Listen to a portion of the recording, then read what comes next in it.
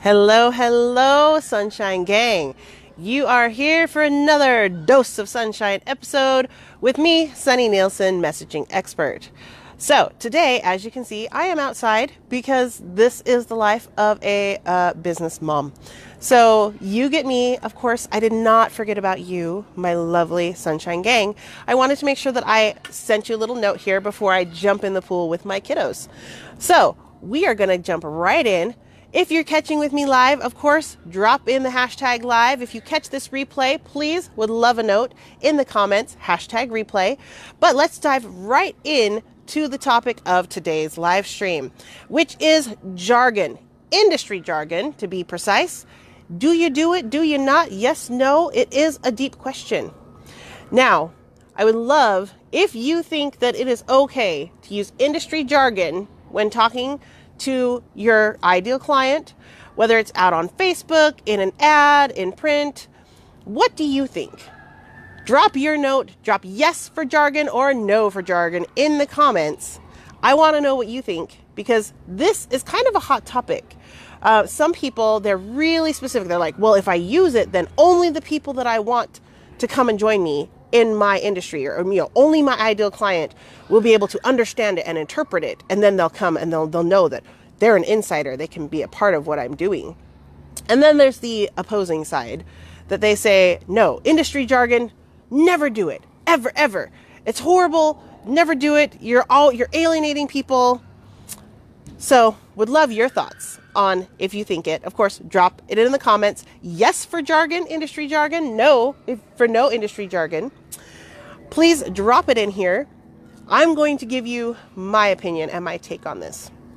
So industry jargon, I want you to think about it in the sense of not necessarily the words that you're using, but the audience, really the ideal client that you are trying to reach. Because the question then begs, when you use it, how many people are you actually going to reach with the industry jargon? And what is your purpose in using the jargon? So I'll give you a quick little example. I, at one point in my life, was a flight attendant. I know. Funny, right? You wouldn't believe it. You wouldn't think that of me, but I was. Yes, thank you. I even have a flight attendant voice. But when I was a flight attendant, I went through the training. I went there. I get up. And I've had this experience numerous times, especially at the beginning when you very first get out online and you're going to the first flight and you go out and the captain walks up and you get your crew together and he goes, okay, we're on the CRJ. I'm the CA. He's the FO. You're the FA. She's the other FA. We're going from SFO to ELK. You all good with that? And you kind of look at it like, am I supposed to know what that means? I don't know what he's saying, but I'm a flight attendant, so I should know. And I want you to kind of think about that kind of scenario because I felt a little bit alienated because I didn't know what he was talking about. Not that I hadn't trained, not that I didn't eventually know that CA meant captain, FO meant first officer, and that all of the airport codes, I had to memorize those. Those were things that I really could only get down that quickly with experience, with time. But if I got thrown into a situation there at the beginning, I felt like I was not part of this group. Like this was some inside code that I didn't know.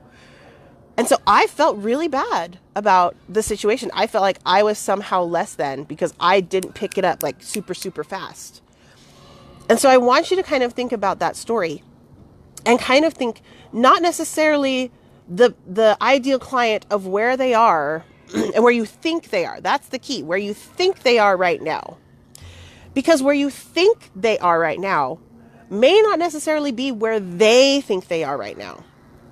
And in that situation, you, in throwing out industry jargon, might be actually alienating them. And it's not to say that they won't eventually understand that, won't necessarily, just throw out jargon, codes, things that are very specific to your industry.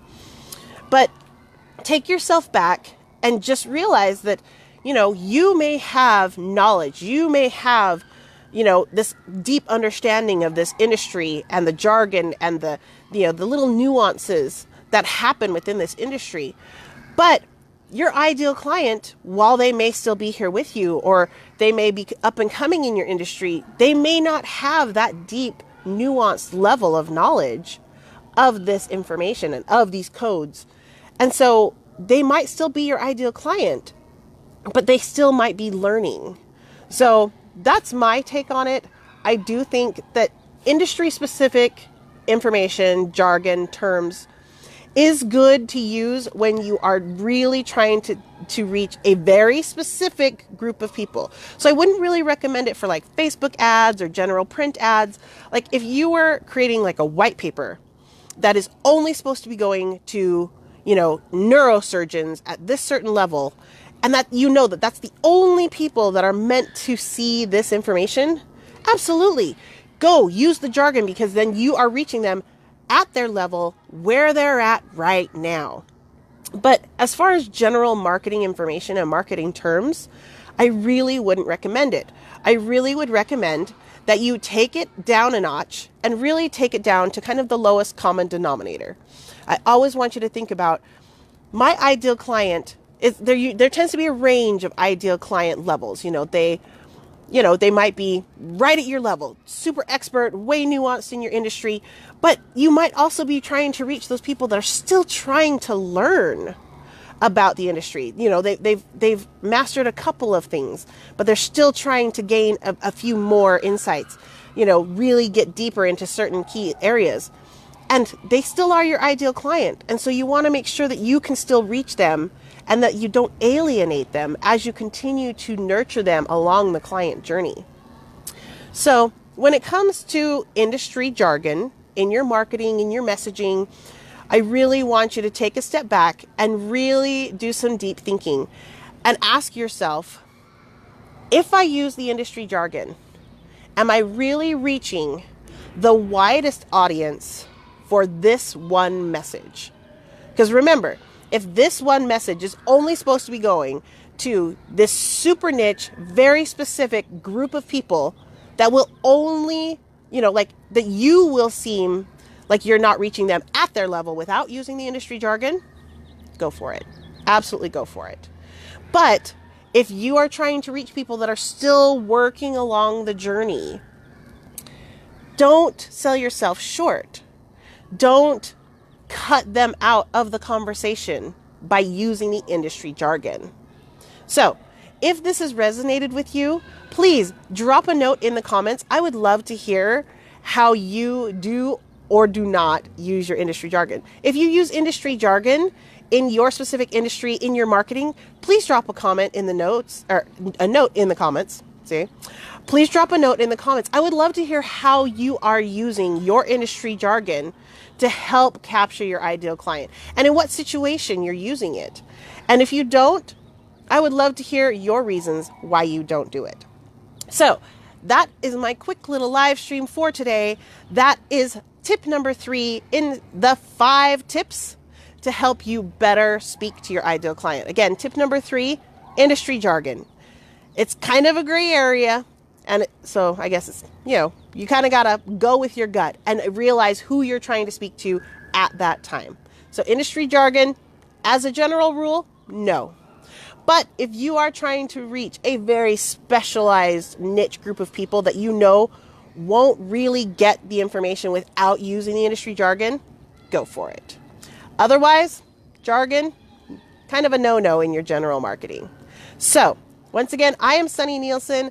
This is Dose of Sunshine, and please catch me on my next live stream where we will continue on with the 5 tips to better speak to your ideal client. Again, it's tip number 4 tomorrow, so come back tomorrow.